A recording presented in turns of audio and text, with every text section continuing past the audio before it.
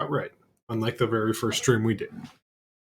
Uh, Date Night is a game that is basically just D&D, but we just kind of morphed it a little bit to make it feel like the players are more heroic and have cooler abilities and can access them whenever you want. So, what we will be doing is rolling a d8 dice, which looks like this. Okay, has 8 sides, and that's our main dice. Um, there's no big dice that you have to roll all the time. There's not a bunch of big math you have to do. Little math, quick answers, quick responses. So what is this? This is a game that I kind of came up with, bounced ideas off of some people, and I said, you know what? If I'm going to do this, let's just do it the very first time in front of people, so that if I screw up, you guys can make fun of me. And I think that sounds pretty fun. Luckily, I found a few friends who are willing to give it a shot and go along with me. So here we go. This is Date Night. Um, it's set in a place called Terra Luna, which is kind of a disc-shaped world that follows the flat Earth stuff. Uh, uh, you go to the edge, you fall. Stuff like that. Um, uh, on screen here is kind of a character sheet and what it's going to look like. Uh, so obviously your basic name, race, physical features, levels, and talent. Talent's just something for them to remind themselves what it is they're good at. Armor points and health points are kind of our way of messing with the "ooh, I got hit, that hurt" feature, or "oh, I'm just so fast, people can't hit me." We kind of just go away with that.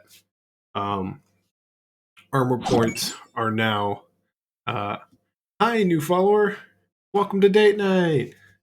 Uh, Armor points is kind of your ability to take a hit without losing any health. So I described it as a big, thick, leathery coat that you would rather get hit than your own skin. Or if you have a shield, think of it as you using your shield to protect yourself. Uh, your shield took a shot, and that hurt your shield, but your physical body's okay.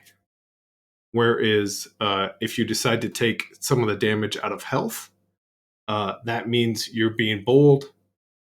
It doesn't look like it's going to hurt that bad, so you're just going to take it and keep all your armor perfectly fine. After that, we have luck points, which players and monsters and enemies and NPCs can use if they have them at any time. Say you didn't like your outcome, I already start talking. You know what happens after that is blah, blah, blah. A player can stop me and say, hey, I'm going to use a luck point instead. Boost that 6 up to a 7. And it's my job and the player's job to then make that luck point make sense. How did that become a true success? Stuff like that. It's a fun role playing element that really causes chaos, which we like. And speaking of chaos, our power dice. A power dice, I explained it in our session 0 as going full Super Saiyan, just for one attack. It's already landed. You rolled your dice, and you know what? You just want to go big. Uh, you can choose to do this right away at the beginning of a fight to really get a leg up on the competition. You can choose to do when the enemy looks a little hurt, when you think a big hit's going to take him down. You can choose to do it after you've used 4 different abilities and say, why not stack up again? It's totally up to the players, but it's also up to the enemies. It kind of works both ways. I am maniacal and evil. After that, we kind of get to our main stats: charm, dexterity, intelligence, perception, wisdom, constitution, intimidation, strength, and then a custom ability. So, what I have here on screen is kind of a character sheet for an air elemental. And his custom stat for this air elemental, he, she, whoever it is wind push. Just a simple wind push. So if this creature rolls above a 5, 6, 7, 8, 9, 10, yada yada, his attack lands, and someone is getting pushed by wind. Whether it's a tiny gnome, a giant bard, it doesn't matter, it landed. So that's kind of how stats work. Right now, the players are going to have some low stat points, but they'll get as high as 3, which, if you're rolling a d8, you roll a 3 on the dice, and you have a +3, you succeed already. It's just a fumbled success. So I like the d8 dice. I explained it to the players because if you're good at something and you're only using a d8, you're probably going to be good at it. But if you're bad at something, you're just going to be bad. There's no middle ground, really. It's everyone's kind of fitting a certain spot. After this, we have abilities, which this air elemental doesn't have any, because I don't want to reveal them, because the air elemental is someone that they're possibly going to meet soon. But abilities can be all sorts of things. What I like to think of is taking cool abilities and features from Pathfinder, D&D, Call of Cthulhu, all these big major games, and just saying, hey, if you want them, you can have them. You just have to explain to me how you have them, and then spend your points wisely.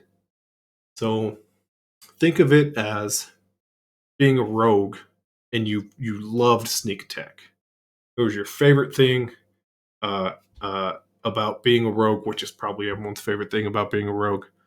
I don't care about being casting spells that much.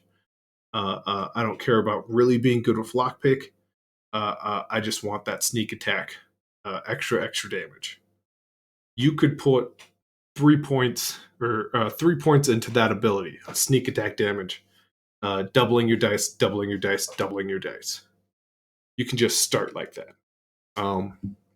Another example, let's say, one of my characters that's playing in this game, one of the player's characters, has an ability where he can pull things out from nothingness and have them fight, have a chance for them to come fight for him. If you were to put 3 points into that, he can now summon 3 things.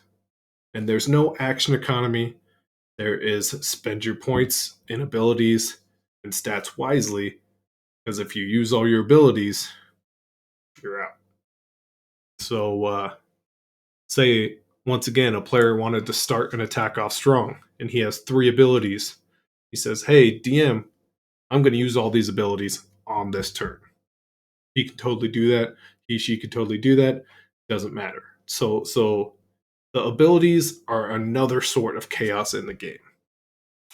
And then the last thing is we have how we carry our items, how we have what we have on our person, and the options were a bag, a sack, and pockets. Unless you're the Kraken, then you have a utility belt. But obviously, a bag's going to be bigger than a sack, and a sack's going to be bigger than pockets. It's just kind of how it worked out. Gives the players the ability to have more things if they want more things, or to be a little bit quicker if they took less things weighing them down. So that was another fun little element we added. And really, last but not least, the big draw to this game, what I really wanted to make with this game, is a world that the players were invested in. So what I let them do is each player got to pick their own location. They made their entire cities. NPCs, they each got to make one NPC. Some of them got to make more. It's just kind of a thing you'll have to wait and see. And they all got an event. And that was just a small section out of however many cities I have, 11, 12, something like that. 3 of them I had no hand in making. They made it completely on their own, and it just helped build this world out. It really once I kind of had an idea for everything, I let them choose where it went, and I built around it, and it was really fun. And I don't care what kind of game you're playing. I suggest as a DM to let your player characters make things. Let them invest in the world themselves. Besides that, date night is just kind of a place where I've got really stupid, goofy ideas, and I have friends who are ready to embrace the stupid, goofy ideas. So I hope you have fun. I hope this kind of explains what this game is. And if it sounds fun, we already have a video up, session 0, where all our players came together. They bonded over a small little orb called Orby, and they're taking them home. So go ahead, check that out, and then get ready for Thursday. We go live on Twitch at 7:30 Central Time, and then a couple days later, it'll be posted on YouTube at some point. So thanks for joining us. Thanks for seeing what this is all about. And hey, we'll see you Thursday. All right.